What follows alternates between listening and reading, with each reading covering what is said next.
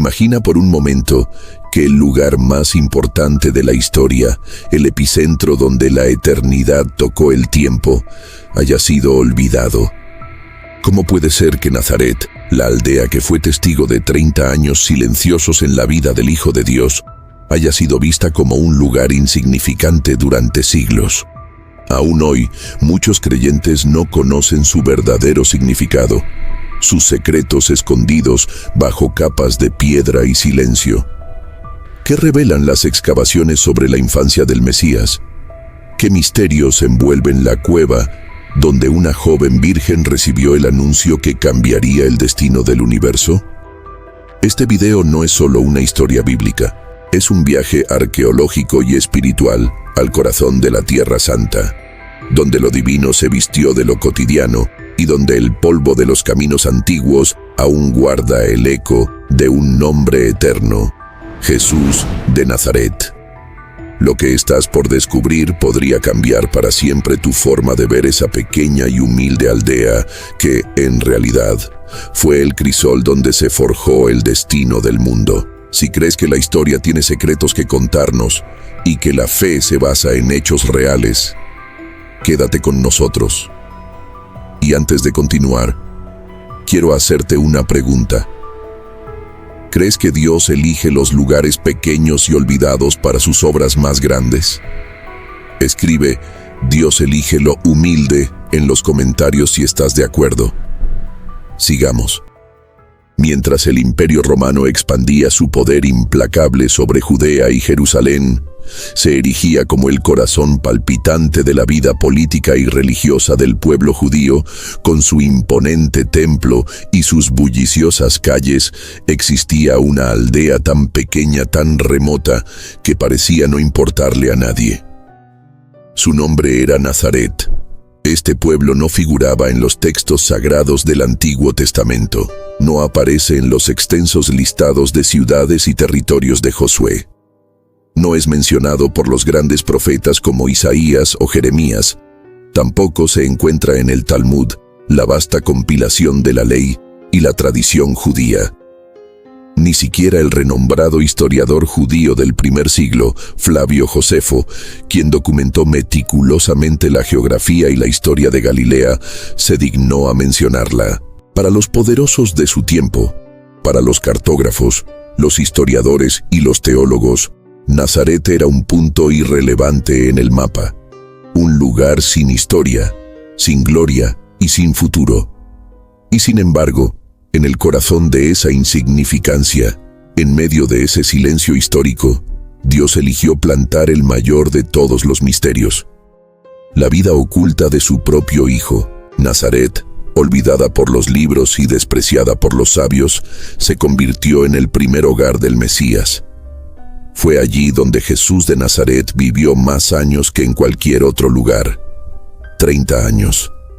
Allí caminó, jugó, trabajó en el taller de su padre, oró en la sinagoga local, aprendió las Escrituras y esperó en silencio el momento señalado por el Padre. ¿Cómo pudo pasar desapercibida esta tierra sagrada, la tierra que sostuvo al Salvador del mundo durante 3 décadas enteras? La respuesta se encuentra en su misma humildad. Los estudios arqueológicos, como los del renombrado profesor James Strange, revelan que en el siglo I, la población de Nazaret probablemente no superaba los 480 habitantes. Era una comunidad agrícola minúscula, de raíces profundamente judías, que vivía del cultivo de los olivos, los viñedos y los cereales que crecían en las fértiles colinas de la Baja Galilea. Sus casas eran humildes, reflejando la sencillez de sus habitantes. Muchas de ellas estaban construidas sobre cuevas naturales, aprovechando la topografía del terreno y utilizando la piedra caliza local, un material que, según los estándares de pureza del judaísmo del Segundo Templo, era considerado ritualmente puro. Este detalle, el uso de la piedra caliza, nos habla no solo de una técnica de construcción, sino de una devoción cotidiana, de un deseo de vivir en santidad. En esas paredes silenciosas, el joven Jesús vivió su formación humana no entre los lujos de un palacio, ni entre los debates intelectuales de una gran ciudad, sino entre campesinos artesanos y madres con las manos curtidas por el trabajo diario. Su entorno no fue una academia de sabiduría, ni un templo lleno de incienso, sino la sencillez de una aldea que respiraba la expectativa mesiánica, la pobreza digna y una fidelidad ancestral a las promesas de Dios. El desprecio que Nazaret generaba en la región se percibe claramente en el Evangelio de Juan. Cuando Felipe le cuenta con entusiasmo a Natanael que han encontrado al Mesías, a Jesús de Nazaret, la respuesta de Natanael es un reflejo del pensamiento colectivo de la época. ¿De Nazaret?, pregunta con escepticismo. ¿Puede salir algo bueno de Nazaret? Su pregunta no era retórica. Era un juicio de valor basado en la reputación de la aldea. Nazaret era insignificante, indeseable, un lugar que no producía líderes, ni profetas, ni ninguna clase de esperanza. Pero fue precisamente ese desprecio, esa pequeñez, lo que Dios transformó en el escenario de la redención. Al elegir Nazaret como el lugar donde su hijo se haría hombre, Dios rompió deliberadamente todos los esquemas humanos sobre la grandeza y el poder. No eligió Roma, el centro del poder mundial. No eligió Atenas, el centro de la filosofía. Ni siquiera eligió Jerusalén, el centro de la religión. Eligió lo pequeño, lo escondido, lo que nadie quería. Esto no es una coincidencia. Es una revelación profunda sobre el carácter de Dios y la naturaleza de su reino. En el reino de Dios, la geografía no determina el propósito. Es la voluntad divina la que da significado eterno a los lugares, a los nombres y a las personas. Nazaret nos confronta directamente con esta verdad.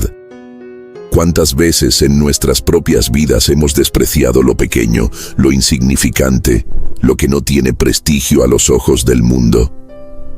¿Cuántas veces creemos que Dios solo puede manifestarse en lo grandioso, en lo público, en lo espectacular? Y sin embargo, el mismo Jesús en el Evangelio de Lucas, después del famoso episodio en el templo a los 12 años, fue descrito simplemente como alguien que descendió con ellos y volvió a Nazaret y estaba sujeto a ellos. En esa sumisión, en ese silencio, en esa vida oculta de casi 2 décadas, se esconde el mayor misterio de todos. El Dios eterno aprendiendo a ser hombre. El creador del universo, obedeciendo a sus padres terrenales.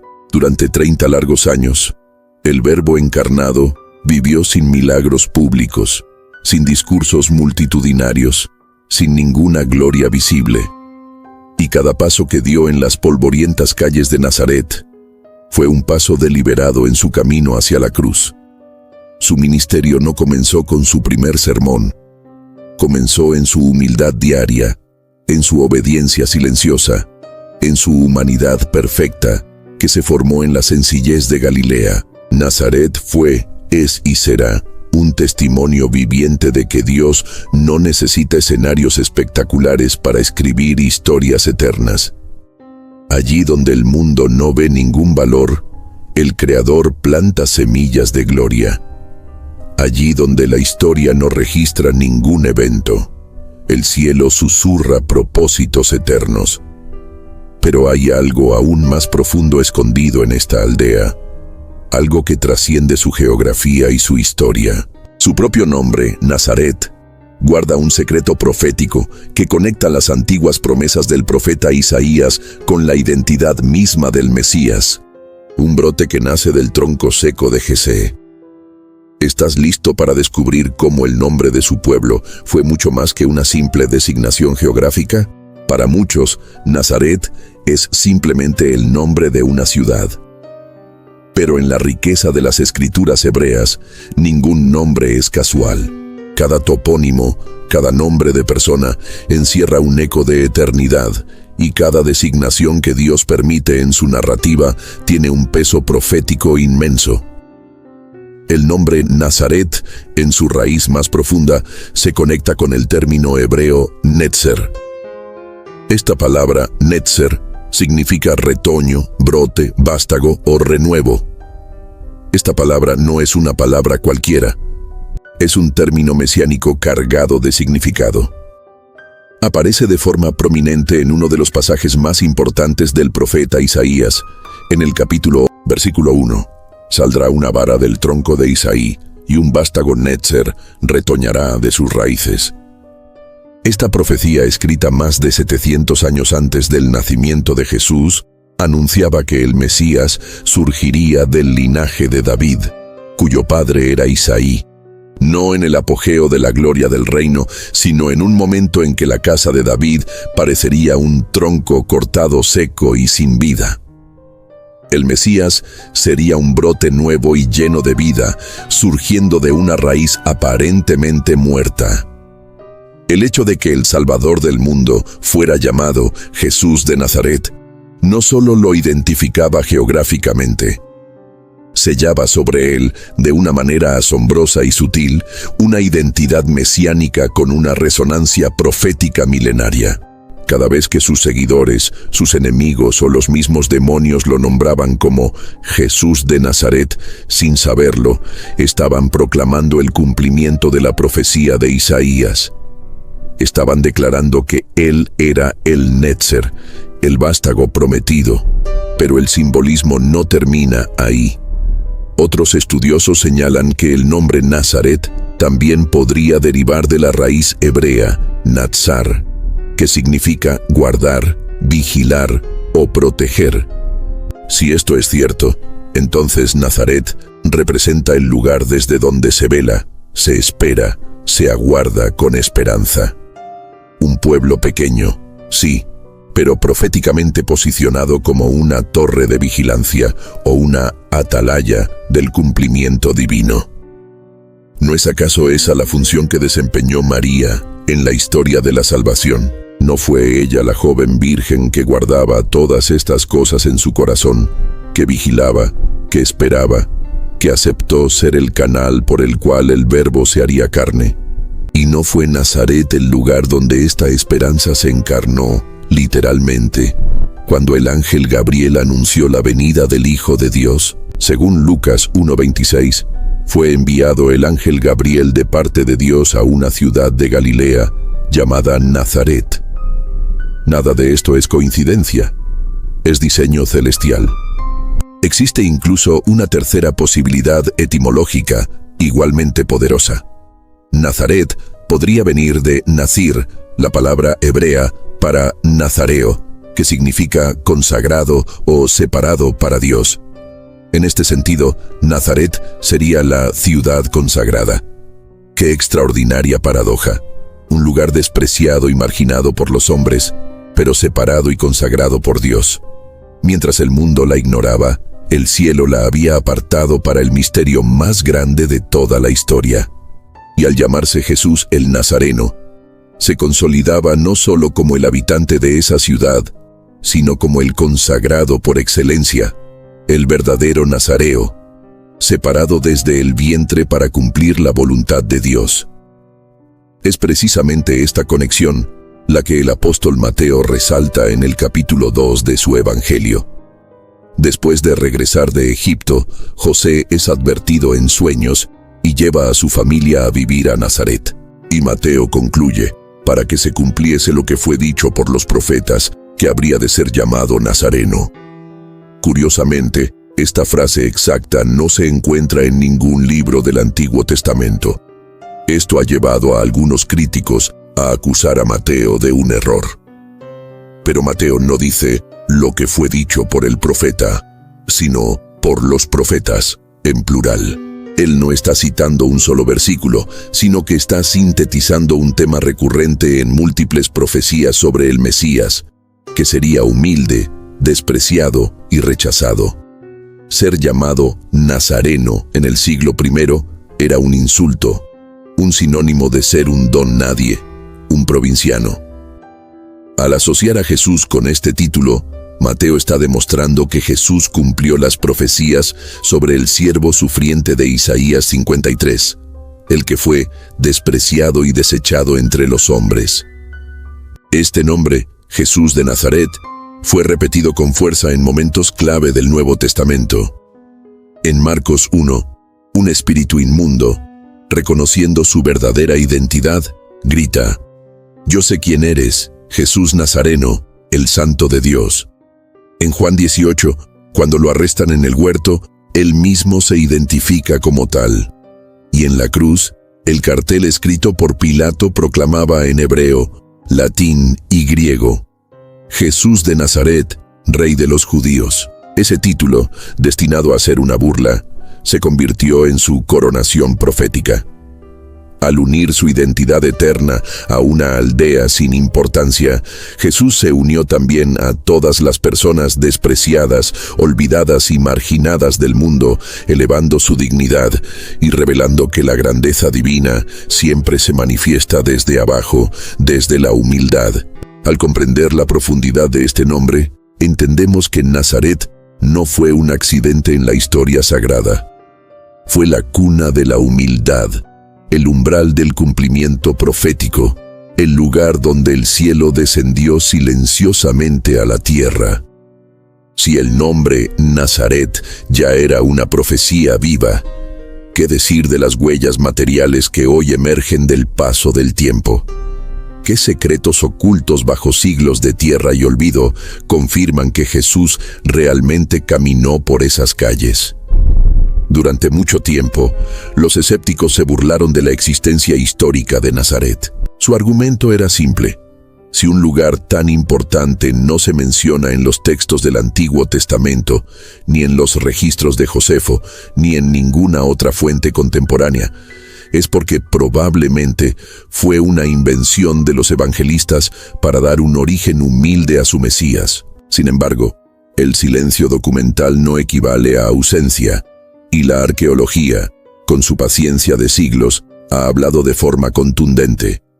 Las excavaciones modernas en Nazaret no solo han confirmado la existencia de la aldea en el siglo I, sino que han pintado un cuadro vívido y detallado del mundo en el que Jesús creció. En el año 2009, un equipo de arqueólogos de la Autoridad de Antigüedades de Israel, bajo la dirección de Yardena Alexandre, hizo un descubrimiento que estremeció al mundo académico y cristiano. Justo en el corazón de la Nazaret moderna, a escasos metros de la Basílica de la Anunciación, desenterraron los restos de una modesta vivienda que data inequívocamente del siglo I. No era una maqueta simbólica, sino una evidencia concreta. Nazaret no solo existía, sino que era habitada en la época exacta en que Jesús habría vivido allí. La casa constaba de 2 habitaciones conectadas por un pequeño patio, una cisterna para recoger el agua de lluvia y un pozo que probablemente también sirvió de refugio. En su interior se hallaron fragmentos de cerámica y vasijas de piedra caliza, típicas de la vida cotidiana en la Galilea rural del primer siglo. Este hallazgo fue mucho más que una simple respuesta a los críticos. Fue un puente tangible entre el texto sagrado y la historia material. ¿Qué significa que hoy podamos tocar con nuestras propias manos las mismas piedras sobre las que quizás caminó el Mesías? ¿Qué implica que podamos ver la cisterna de donde tal vez María, su madre, sacó agua para la familia? En este lugar no había mármol ni columnas de oro, había cal y piedra, sudor y barro. El hallazgo arqueológico validó no solo la existencia de Nazaret, sino también la descripción evangélica de la vida humilde de la Sagrada Familia. Cada objeto encontrado, desde las ollas de cocina hasta las herramientas de trabajo, cuenta una historia silenciosa de una comunidad judía profundamente arraigada en su fe y en sus costumbres. Este pueblo sencillo y fiel fue el escenario que Dios mismo eligió para morar entre los hombres. Las características de esta casa son, en sí mismas, reveladoras. La construcción fue parcialmente excavada en la roca de la colina, una práctica común en la época para mantener el frescor en los calurosos meses de verano y el calor en el invierno. Su simplicidad era típica de la Galilea rural. Pero el uso extensivo de vasijas de piedra caliza tiene una connotación teológica muy importante. Según la ley judía de pureza del Segundo Templo, la cerámica podía volverse ritualmente impura, pero la piedra no. El hecho de que esta familia, a pesar de su probable pobreza, invirtiera en vasijas de piedra más caras, sugiere una devoción profunda a las leyes de pureza judías. Nos ofrece un retrato fidedigno del mundo piadoso en el que Jesús creció, un entorno marcado por la devoción, la precariedad y una fuerte identidad judía. Y aunque no podemos afirmar con certeza que esta casa específica haya sido el hogar de Jesús, sabemos sin lugar a dudas que era representativa del tipo exacto de vivienda que habitaban las familias de Nazaret, incluida la de José María y el niño Jesús. El hallazgo fue especialmente importante porque se encontraba, como hemos dicho, a solo metros del actual sitio de la Basílica de la Anunciación, un lugar que la tradición cristiana ha venerado durante casi 2 milenios como el lugar donde el ángel Gabriel visitó a María. Esta increíble sincronía entre la arqueología moderna y la tradición cristiana antigua refuerza la autenticidad del relato bíblico. No se trata solo de emoción o simbolismo, sino de piedra sobre piedra, de hechos medibles y verificables. Desde el siglo IV, los peregrinos han visitado ese lugar buscando tocar el misterio de la encarnación. Ahora, la arqueología respalda lo que la tradición ha sostenido durante más de 16 siglos. Cada descubrimiento en Nazaret nos recuerda que nuestra fe no flota en el aire, sino que tiene raíces que se hunden profundamente en la historia y en la tierra de Israel. La pregunta que ahora se impone es aún más inquietante.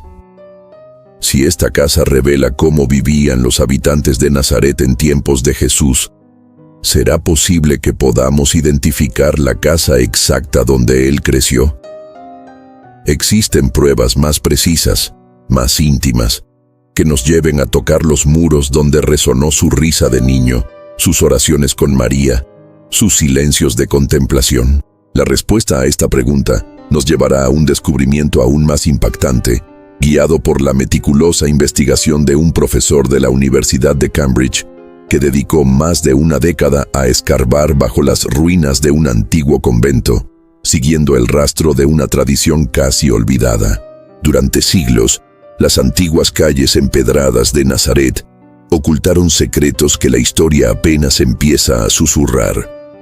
Uno de los más intrigantes y potencialmente revolucionarios es la posibilidad de haber identificado, con un alto grado de probabilidad, la casa exacta donde creció Jesús de Nazaret. No se trata de leyendas piadosas sin fundamento, sino de una investigación arqueológica meticulosa y de una década de duración, liderada por el profesor Ken Dark de la Universidad de Cambridge. Entre los años 2006 y 2015, Dark y su equipo de arqueólogos centraron su trabajo en un sitio fascinante, ubicado debajo del actual convento de las Hermanas de Nazaret, que se encuentra convenientemente justo enfrente de la imponente Basílica de la Anunciación.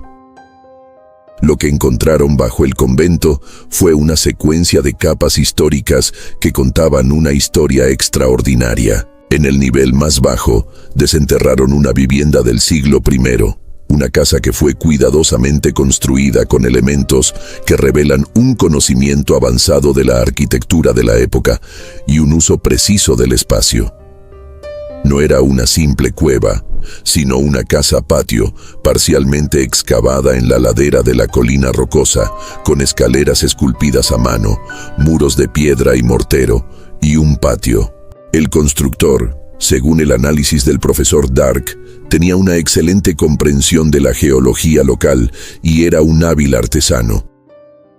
Esta descripción encaja perfectamente con la profesión de José, a quien la Biblia describe como un tectón, una palabra griega que no solo significa carpintero, sino un artesano que trabajaba con diversos materiales, incluyendo la piedra.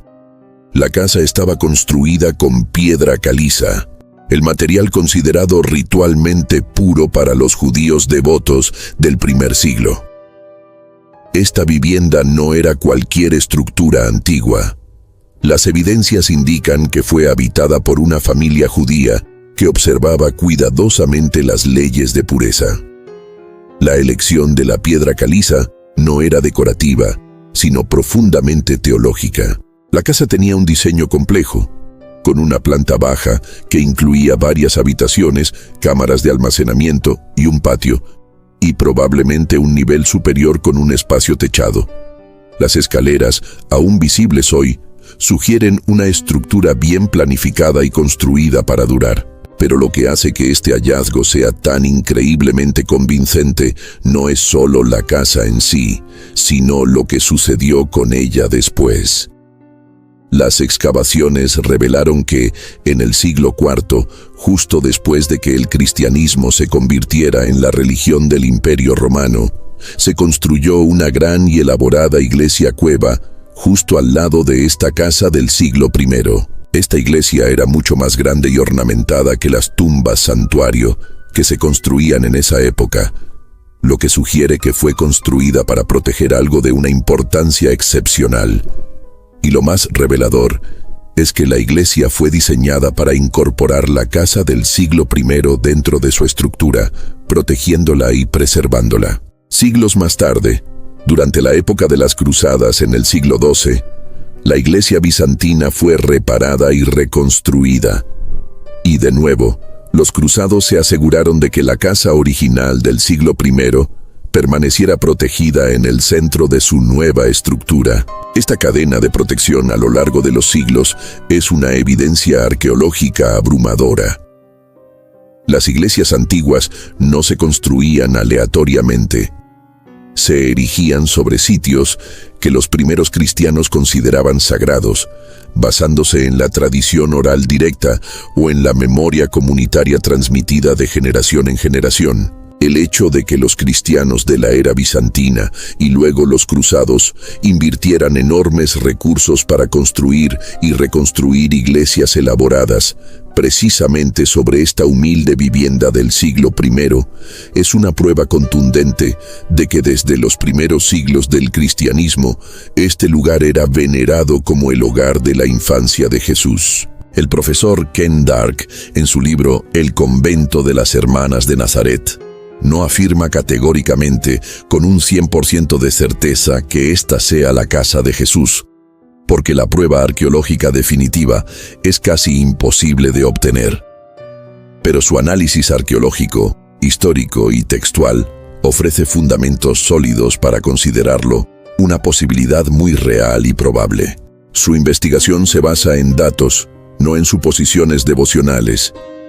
Si sumamos la evidencia material de la casa, su datación en el siglo I, su construcción por un hábil tectón, y la cadena ininterrumpida de veneración y protección por parte de los bizantinos y los cruzados, el nivel de coincidencia se vuelve abrumador. Imaginemos por un momento, si esta es la casa, las manos de José tallando la madera, mientras el pequeño Jesús observa y aprende el oficio.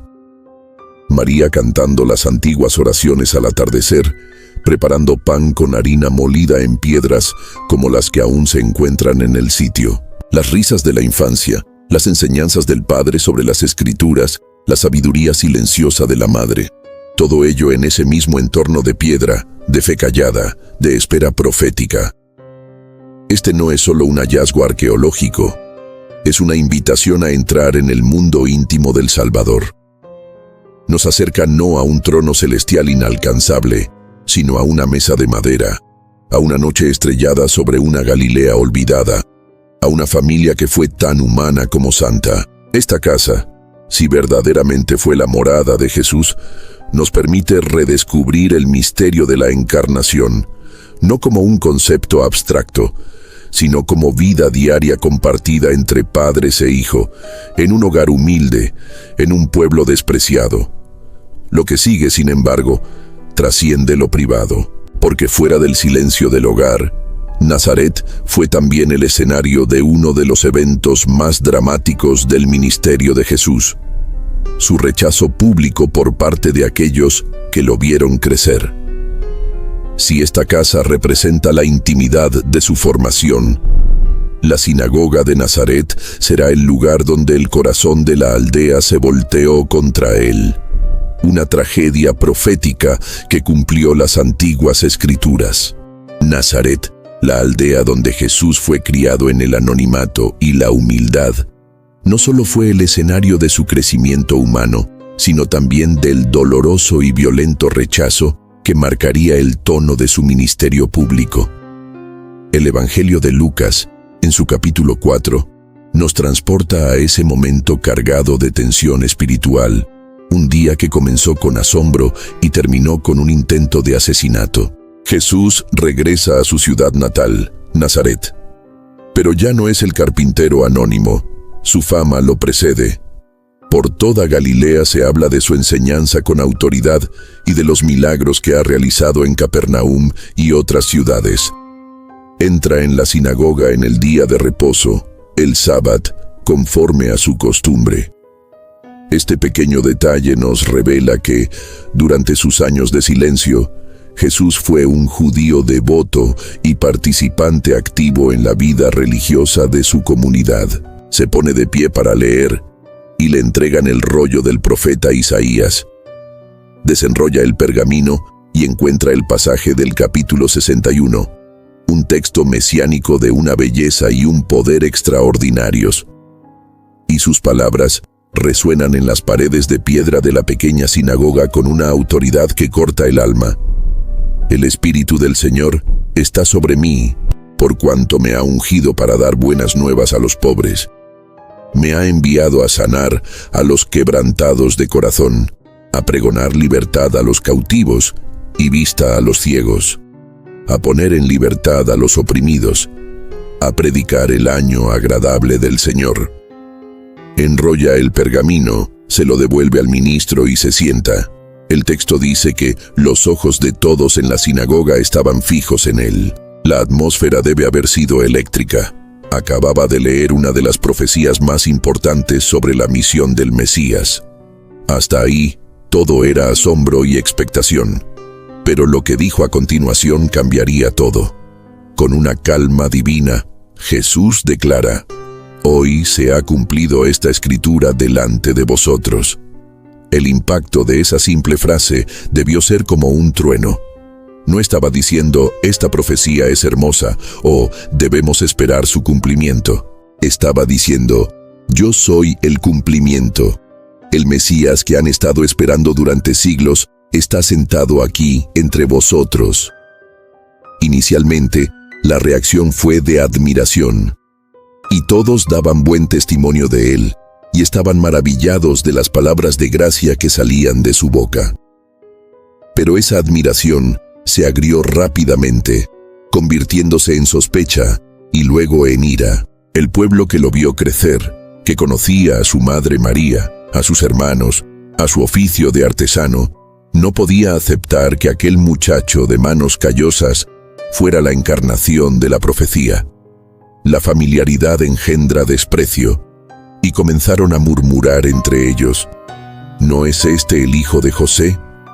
Su familiaridad con su humanidad les impidió ver su divinidad. No pudieron ver al Mesías porque todavía lo veían como el carpintero del pueblo. Esta dinámica espiritual es profunda y universal.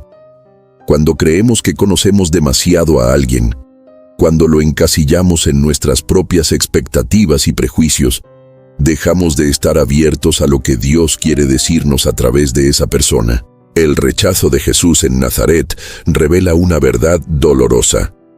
Lo divino a menudo se esconde en lo cotidiano, en lo familiar, en lo que damos por sentado, y solo los humildes de corazón pueden reconocerlo. Jesús, conociendo sus pensamientos, se anticipa a su cinismo.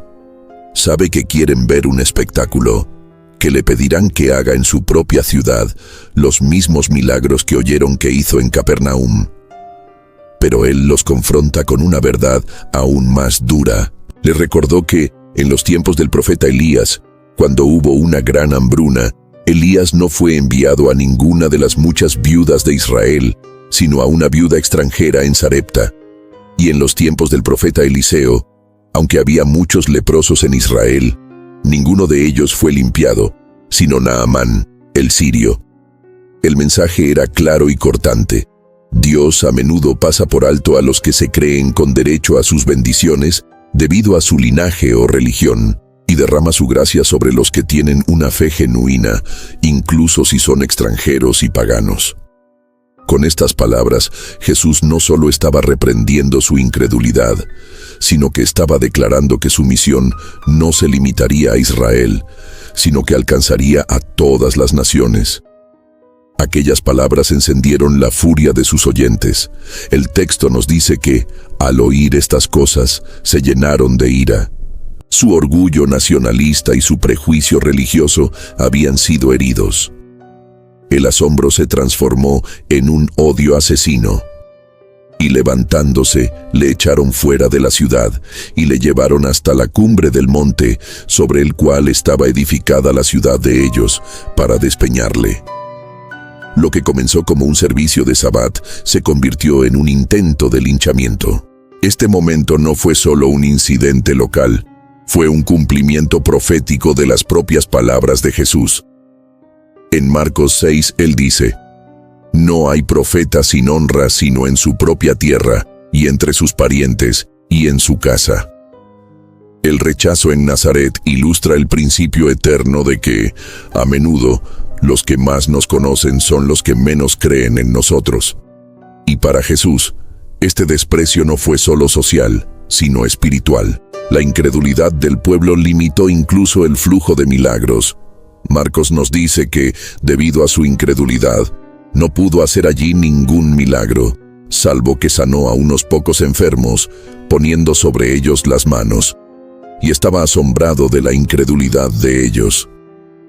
La fe no es solo un acto de confianza, es una puerta que permite el obrar de Dios.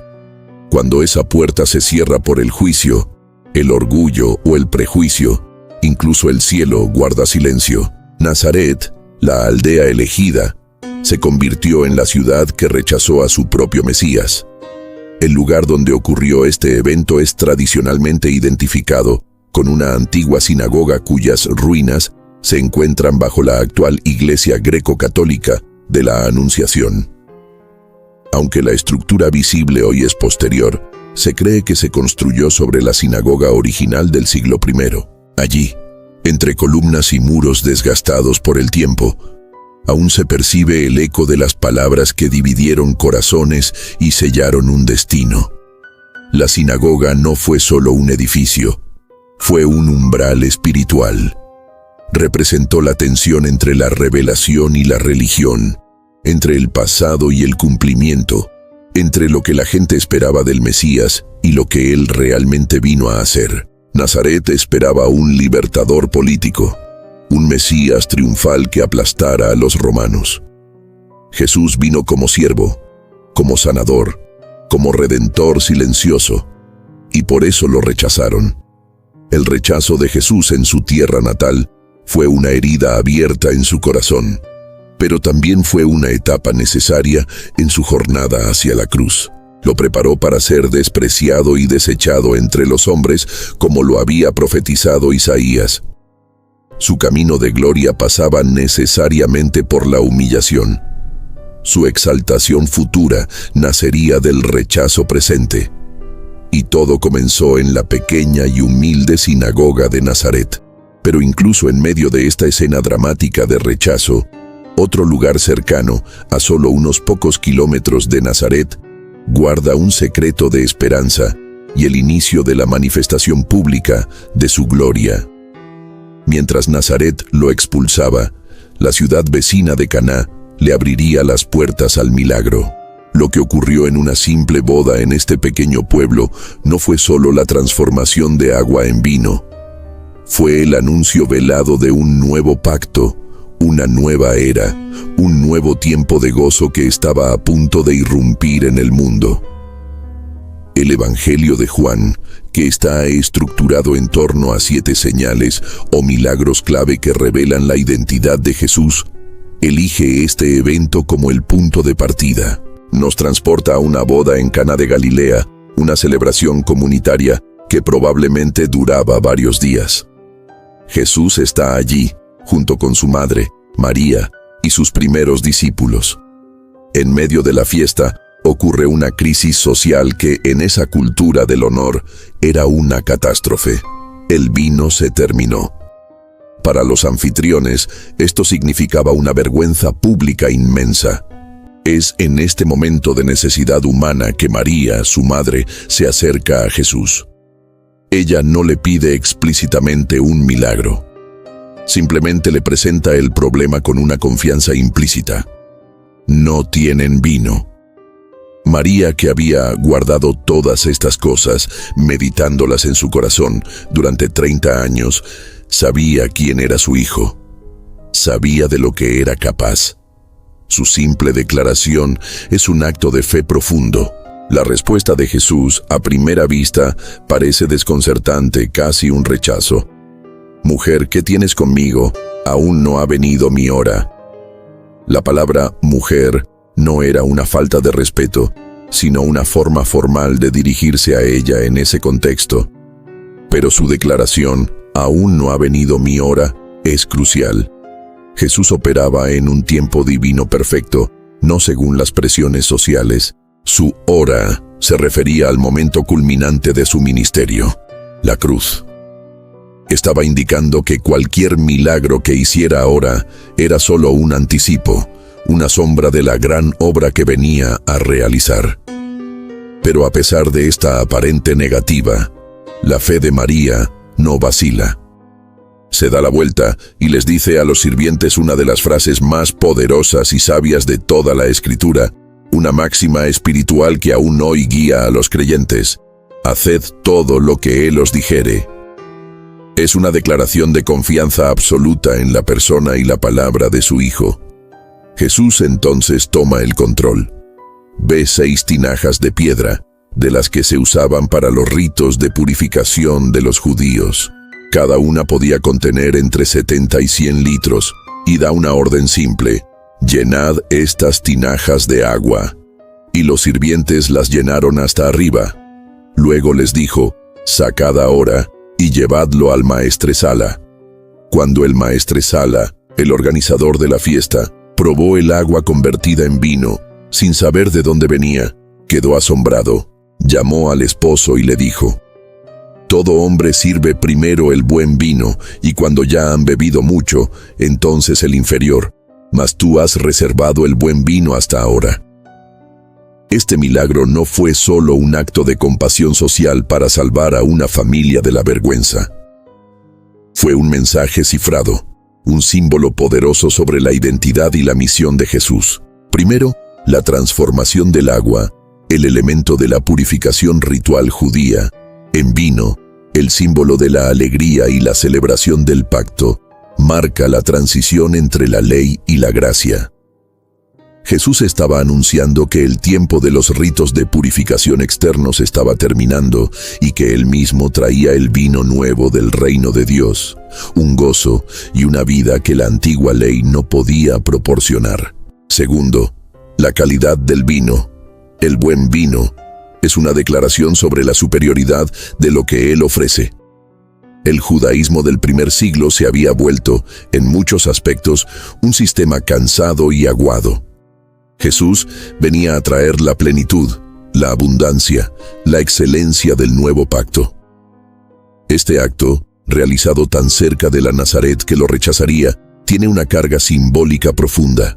Mientras su ciudad natal se cerraba en la incredulidad en la sinagoga, otra comunidad lo recibía en una celebración de vida. Caná representa el momento en que Jesús deja el anonimato de sus 30 años y entra en su misión pública. La arqueología también ha arrojado luz sobre este lugar. Durante décadas, los estudiosos debatieron la ubicación exacta de Caná. Muchos hoy creen que se trata de Khirbet Cana, un sitio al norte de Nazaret que muestra evidencias claras de un asentamiento judío próspero entre el período helenístico y el romano. Allí se han encontrado restos de una sinagoga, viviendas y, lo más impresionante, una cueva con un altar y fragmentos de grandes tinajas de piedra como las descritas en el Evangelio. La tradición cristiana temprana, atestiguada por peregrinos de la era bizantina, señala este lugar como el auténtico Caná. Su cercanía a Nazaret también lo convierte en un sitio muy probable, dado que Jesús y su familia habrían viajado fácilmente para asistir a una boda en un pueblo vecino. El Evangelio de Juan concluye el relato diciendo: este principio de señales hizo Jesús en Caná de Galilea y manifestó su gloria, y sus discípulos creyeron en él. El milagro no solo evitó una vergüenza social, fue una declaración de identidad. Fue el primer destello de la gloria divina que hasta entonces había estado oculta en el carpintero de Nazaret. Caná y Nazaret se convierten así en espejos. Ambas ciudades galileas, ambas testigos del inicio de la misión de Cristo, pero con respuestas radicalmente opuestas. Mientras unos creyeron al ver la señal, otros se escandalizaron al oír la palabra. Mientras unos celebraron su presencia, otros intentaron matarlo. Esta tensión entre la aceptación por la fe y el rechazo por la incredulidad marcará toda la vida de Jesús. Un patrón que comenzó en las humildes colinas de su propia tierra. Pero hay algo más que une a estos lugares. Las casas de ambos pueblos, como ya hemos visto, fueron construidas sobre cavernas naturales. Un detalle que revela no solo una forma de vida, sino una profunda metáfora espiritual que el propio Jesús usaría en sus enseñanzas. Nazaret no solo se define por su historia espiritual, sino también por su geografía silenciosa y reveladora. Como hemos visto, en la época de Jesús, muchas de las viviendas de la región no se construían con cimientos modernos, sino que aprovechaban las cuevas naturales formadas en las colinas de piedra caliza. Esta práctica era una respuesta inteligente a las condiciones de la Galilea del siglo I. Las casas se levantaban directamente sobre la roca y a menudo incorporaban cavidades naturales que servían para almacenamiento, como bodegas frescas durante el calor extremo, o incluso como refugios en tiempos de inestabilidad. Este tipo de construcción era muy común entre los judíos de clase trabajadora de la región. Aquellos que, como José y María, vivían de su oficio y de una vida sencilla. Habitar sobre la roca no era una elección estética, sino una necesidad práctica que, sin embargo, esconde una profunda y poderosa metáfora espiritual. Estas cuevas, lejos de representar precariedad, eran señales de una sabiduría milenaria. La humedad natural de las cavernas durante el verano las convertía en despensas perfectas, donde se podían conservar alimentos, vino y aceite. Los arqueólogos que han excavado en Nazaret han descubierto múltiples viviendas construidas con esta técnica híbrida de roca tallada y muros añadidos. Las marcas de cincel en la piedra, las escaleras esculpidas y las cisternas excavadas manualmente revelan una cultura profundamente adaptada a su entorno, pero también enraizada en una visión de permanencia y estabilidad. Los habitantes de Nazaret sabían instintivamente que construir sobre la roca era la única garantía de seguridad. ¿Y acaso no enseñó eso mismo Jesús décadas después a las multitudes que lo seguían en la conclusión de su discurso más famoso? En el Evangelio de Mateo capítulo 7, Jesús termina el Sermón del Monte con una imagen poderosa e inolvidable. Él dice: «Cualquiera pues que me oye estas palabras y las hace, le compararé a un hombre prudente que edificó su casa sobre la roca. Descendió lluvia, y vinieron ríos, y soplaron vientos, y golpearon contra aquella casa. Y no cayó, porque estaba fundada sobre la roca».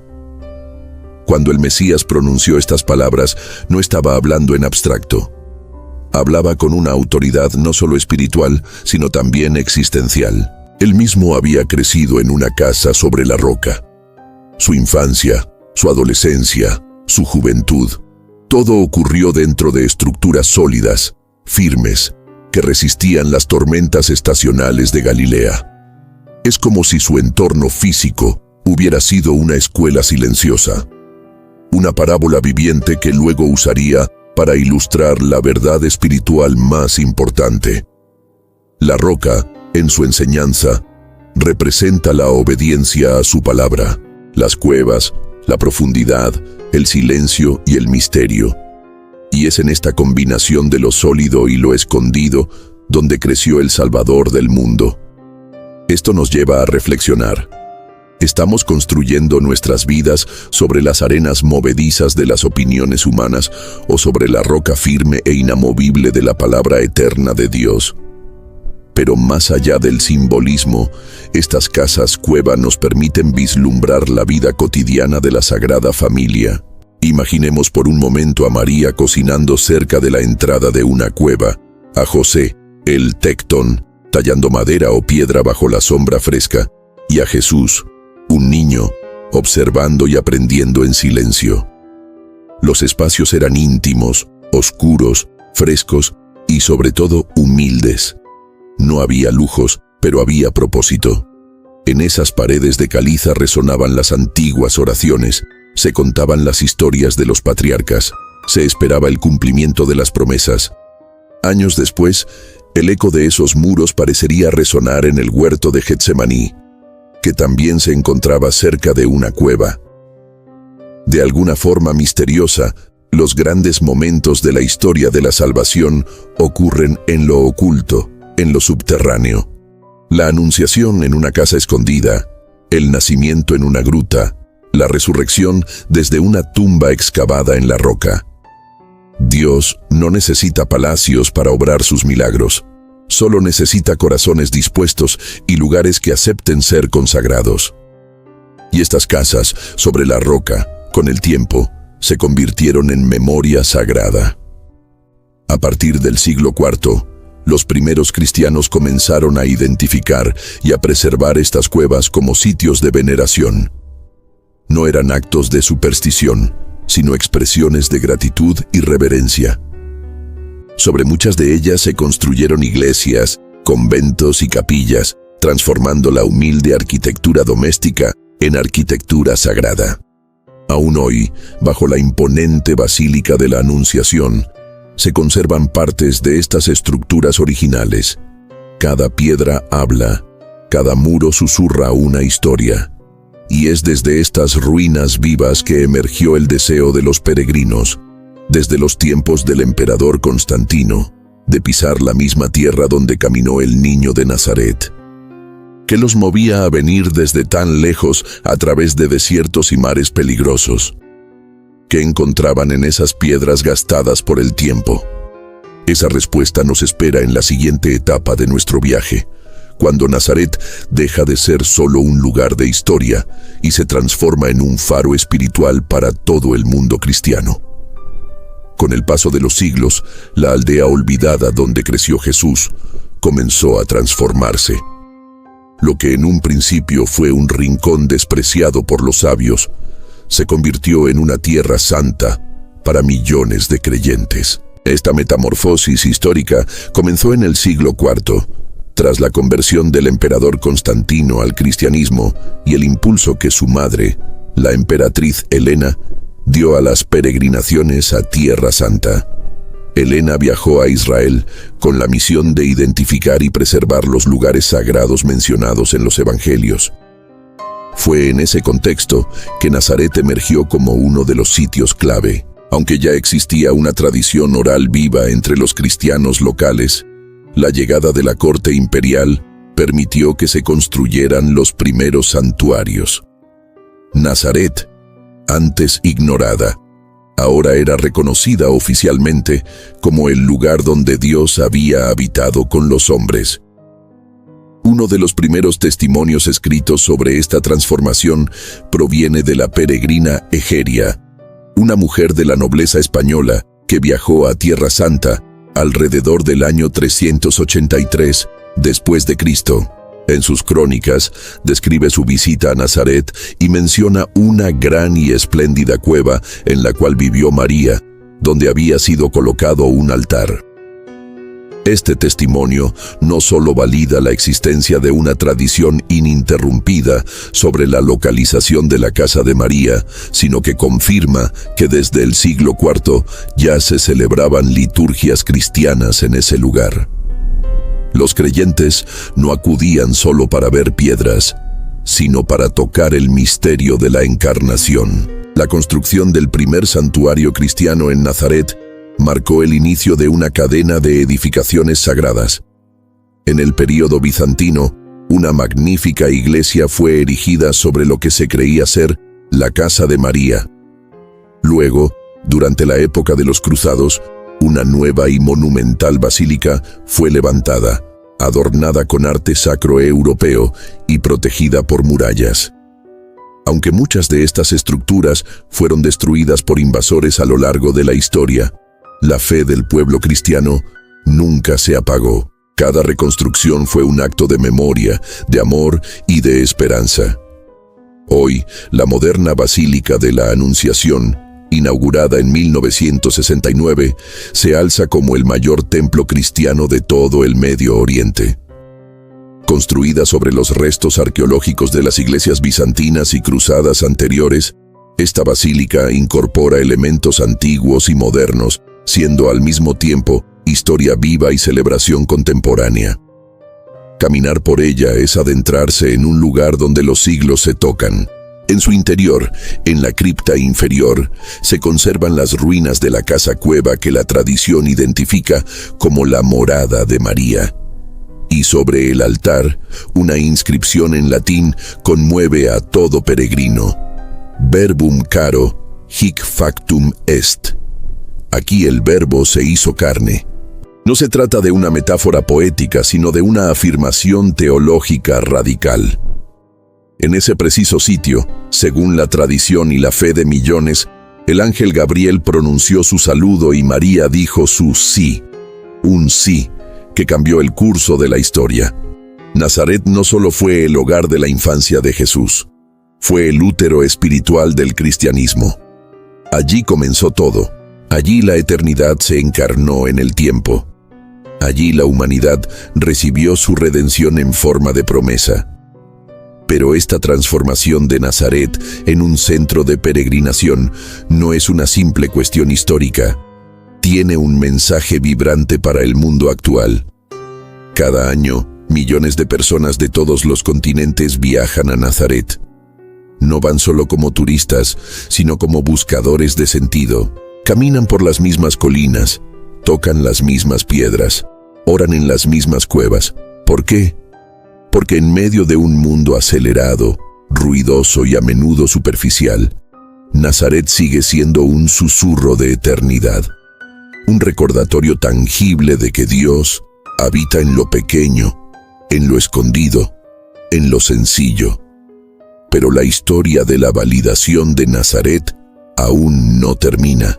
Aún queda por abordar una de las objeciones más persistentes de los escépticos: la supuesta invención de Nazaret como pueblo en el Nuevo Testamento.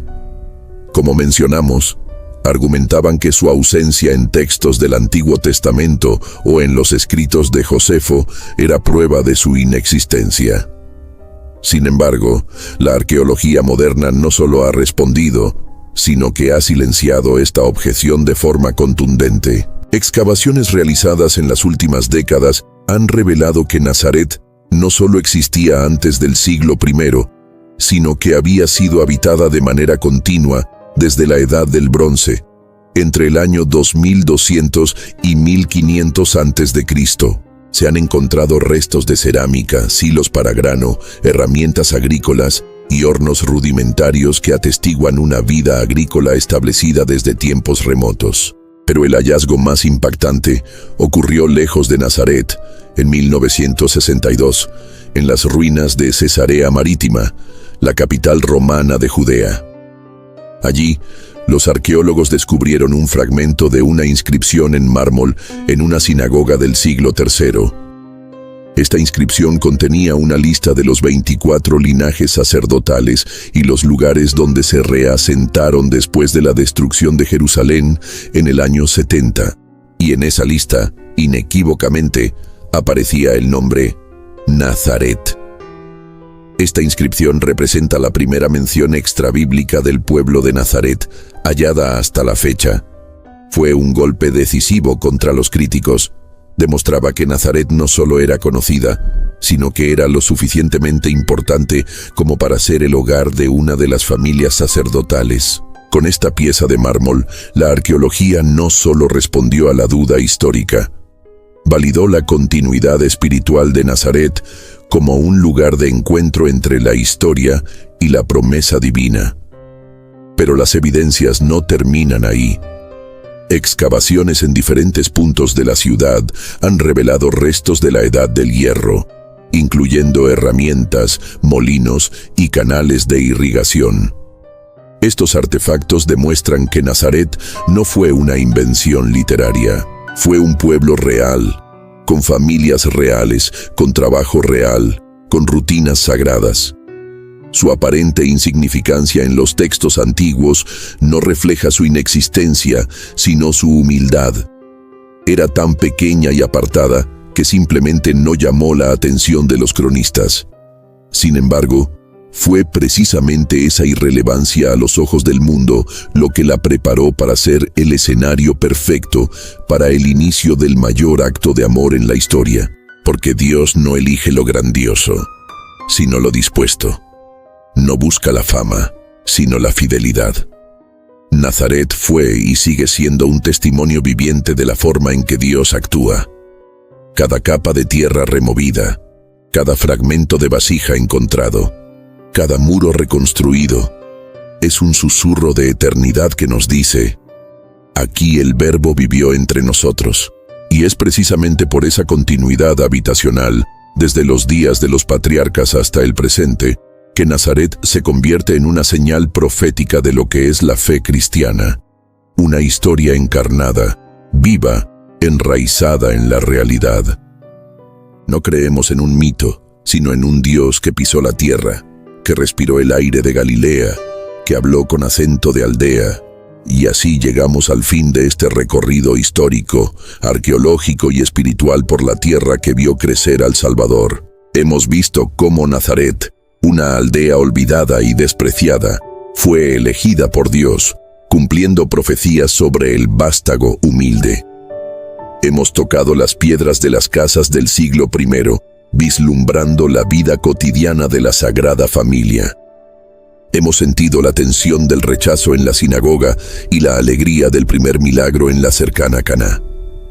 Y hemos visto cómo la arqueología moderna ha confirmado paso a paso la veracidad del relato bíblico.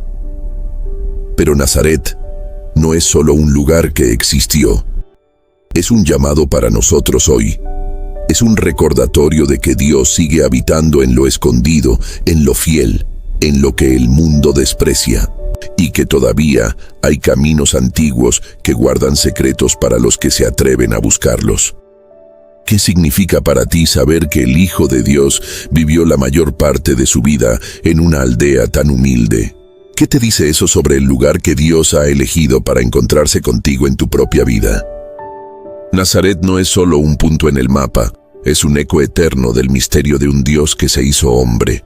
A través de cada descubrimiento, cada ruina, cada piedra tallada por manos humildes, pudimos reconstruir los pasos ocultos de Jesús antes de su ministerio público. Nazaret revela que la redención comenzó no en el templo de Jerusalén, sino en el silencio de una aldea. Allí el Creador aprendió a obedecer. Allí el Hijo Eterno creció bajo la mirada amorosa de María y José.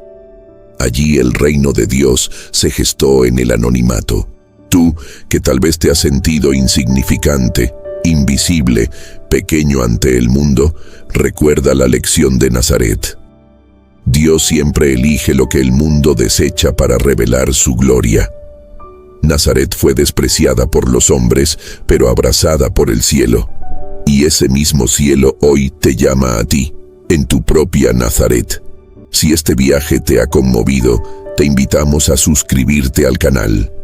Y para demostrar tu fe en el poder de la historia de Jesús, deja un comentario con la frase: yo creo. Me encantará leer cada uno. Dale like al video y compártelo con alguien que necesite recordar que Dios habita en lo sencillo. Juntos, podemos llevar este mensaje a más corazones sedientos de verdad y esperanza.